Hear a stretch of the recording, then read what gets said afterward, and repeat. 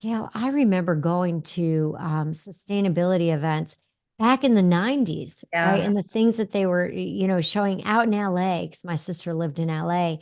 And, it's interesting that so many years later, because my daughter goes to big events around sustainability. In fact, she led sustainability at Georgia State, her college, the sustainability effort there.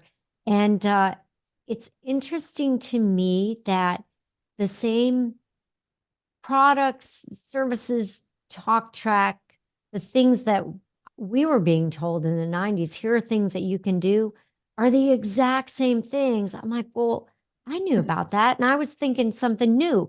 So what is it at the individual level that, is or isn't happening, and how can people really think about it in a way that's real, right? So something that they can actually say, I can sign up for this.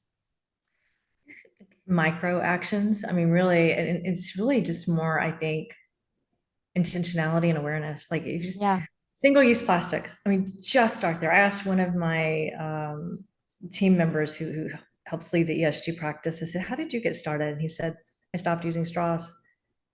Yeah. That was his first step. There's metal straws. You don't have to use a straw. A straw causes wrinkles, by the way. So Oh, I don't use a straw, thank God.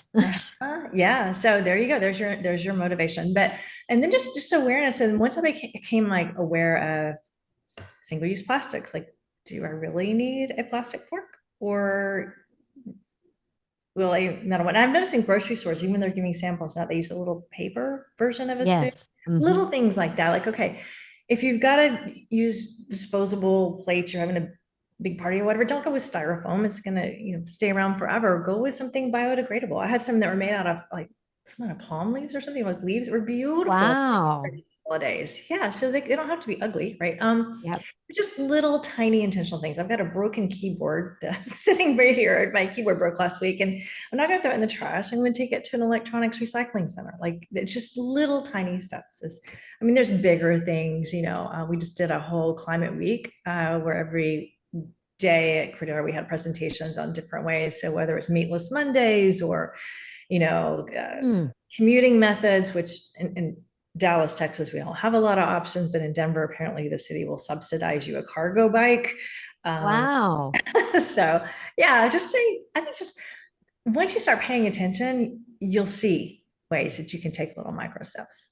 Yeah. And I would every think it would be, little bit. Yeah. mm, I would think today, especially because of how advanced the internet is, and this leads us into our next topic, I would say, is you probably can leverage the internet, some Google search, and some other ways to basically understand how you as an individual can have an impact.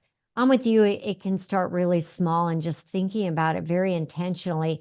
Gosh, I even think about not to diss any of these companies, but you talk about single use plastics. I think about baggies, like just there's so much that we don't, that in our everyday life, we don't really think about that intentionally. And think about it over the course of a year, what a huge difference that Mhm. can make.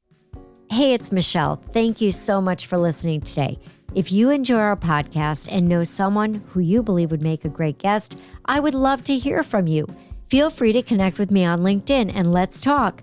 I'd love to hear your feedback, and as always, may it inspire you in your own personal and professional journey of life. Run toward